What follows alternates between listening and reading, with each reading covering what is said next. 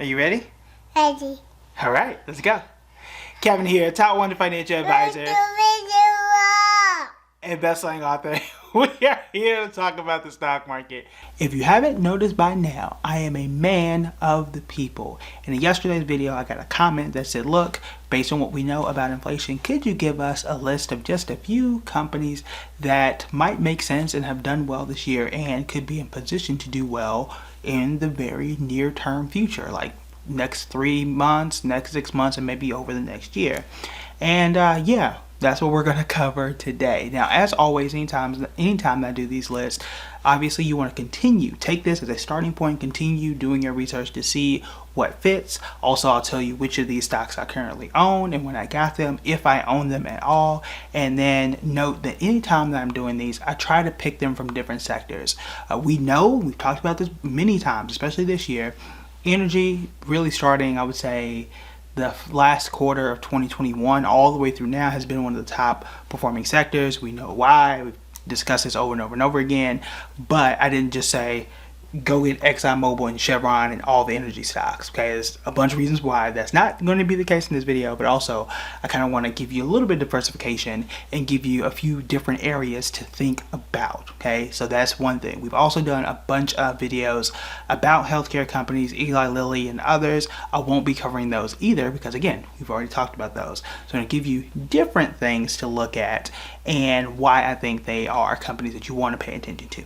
All right, so I want to try and keep this short because I'm recording this relatively late. I want to get this up, I don't know, before 10 p.m. Eastern. It is 9:05. So y'all are going to get a background look on how long it takes to edit these as I'm going through. All right, so the first one here is McDonald's. McDonald's, I actually went to McDonald's today. I'm not proud of the fact that I went to McDonald's today, but I had to. So McDonald's over the last 6 months is up about 7, going on 8. And then over the past year, they're up about 6%. Now, all of these, remember, always take these in context. Like in a normal year, I wouldn't be concerned. I wouldn't be like really looking into anything like McDonald's. But in a year where the market is still down, and in a year or just really a week where we had what we had yesterday, what was the worst day in almost 2 years, I'll take that. I'll take the slow, solid 7, almost 8%. One of the reasons why McDonald's is doing so well is they sell a consistent product. You know, anywhere, especially in the United States, if you get a number one, you know it's going to be exactly what you expect it to be. Consistency is extremely important, but also as food prices rise and change, some people are saying, look, I'm just going to go and I might as well just go to McDonald's because I'm not going to save any more money by cooking at home and things of that nature. They're also very good, or better rather, at managing supply chain. And you could also say that the reason why they're better at managing supply chain is because the food is not that good. You can argue that if you choose to, but in either case, it is a place that you want to pay attention to, and a place that is somewhat inflation resistant, but not completely so. I don't think McDonald's can just raise prices as quickly or as sneakily as something like a Hershey's, which can still make sense on this list. McDonald's MCD is the first one here. The next one here is Dollar General. Now, I've talked a little bit about Dollar General before, and I think, you can call it $1.25 general if you want to, but in either case, it is up 8%, around 8% over the last 6 months, and up double digits, up 11% over the past year. Dollar General, again, with inflation rising, well, actually, there are a few things I like about Dollar General. So one, as inflation is rising, people are looking to cut costs and shop in cheaper places. That's number one. So instead of, let's say, a Target, if you're looking for certain items and you feel like, look, I need to cut back, I need to find some discount somewhere, then perhaps Dollar General is one of those places that you go. The other thing about Dollar General is perhaps more interesting on the strategy side of things is this. Dollar General is very cheap to build, and you can put them almost anywhere. Like a Dollar General will exist in a random field in southern Illinois. It'll just be there. It costs a lot more money and takes a lot more people to build an entire Walmart or an entire Target or whatever those larger retail stores are. You can put almost it's like really Dollar General is the Waffle House of retail, right? The same colors, that neither is the most exciting, but when you need something in a pinch and you don't have time to go all the way to Walmart and go into the store and do all that stuff and get distracted by all the things that you can do in Target and spend that much money, you can go straight into Dollar General and get exactly what you need. So Dollar General has done well. I think the results obviously prove that, and it's one that you want to consider. You could also consider Dollar Tree. Dollar Tree is the one that I personally own, but while not exactly the same, they are very similar. You do want to pay attention to each of those and see which one fits best for you and your portfolio after you do your research. Next one here, this is one that I do currently own, and this is Progressive. Been talking about Progressive and insurance companies for a while now. Progressive, last 6 months is up about 15%, and over the last year, Progressive is up 37%. Do I need to say more? I've said a lot about insurance companies already. We talked a little bit about it yesterday. But yeah, we have found our form, right? Now, earlier this year, we were wrong about the banks. It's primarily due to inflation.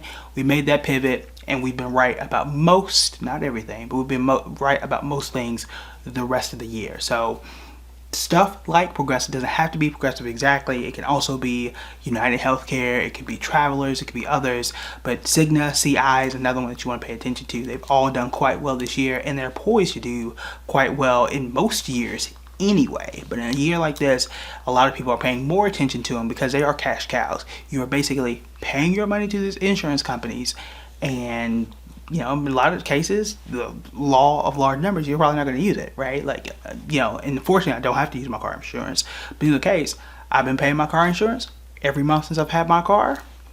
I ain't needed it, right? And that's money to them, right? Whether inflation is high, whatever they do with interest rates, that's money to the insurance companies. They get to hold on to it, and there are very few people who need to use it, especially for car insurance and things of that nature. So Progressive, it's also that stock symbol. I'm sorry, it's PGR, and Dollar General is DG. If I didn't mention that already, but this is another reason why Warren Buffett loves insurance companies. He also loves banks, which haven't done all that well, but have improved in some areas. But in either case, insurance, been talking about it for a while. Progressive is the one that I own in that category. As we are moving on, waste management. Now, I've done an entire breakdown inside of one of my courses on waste management.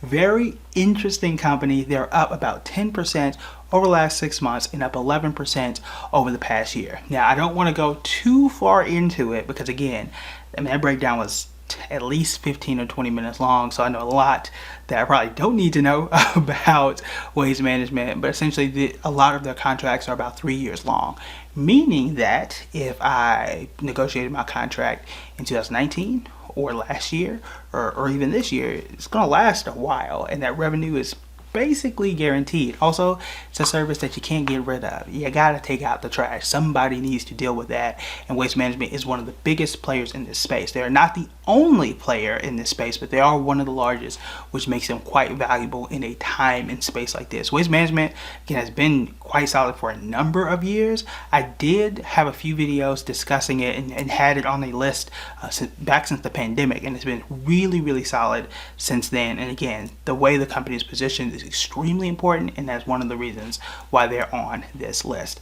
Then the last one here we have is T-Mobile. I own T-Mobile. I told y'all about T-Mobile. I told you about Progressive. Anytime that I make a move in June and December, I do tell y'all about it. But in either case, T-Mobile, weirdly enough, I had to double check this number. I got these numbers from TradingView, so they might be a little bit different from Public, and Public is the one that you see these charts here. But in either case, up 10% in the last 6 months and also up 10% in the last year. One of the reasons why T-Mobile is solid is because of this. They are, as of today, they're still the largest 5G network. They're focusing on rural areas, and they have pledged, unlike AT&T and unlike Verizon, not to raise their prices, which in a time where everybody else is raising prices, you start to kind of look around and say, where can I save money? And T-Mobile is one of those places. You know, or you should know rather, that they did merge with Sprint, making them one of the largest providers now. I think they are third behind AT&T and Verizon, but that gap has definitely narrowed. They are investing heavily into their technology, and we also saw some major buying activity, insider buying activity rather, back in June, which is one of the reasons why I chose T-Mobile. In either case, they have done quite solid. Again, especially in a year like this, when you compare them to AT&T and Verizon in this same time frame, it's not even close. Even though both Verizon and AT&T are known for paying better, more solid dividends in most cases. AT&T's got its own issues though.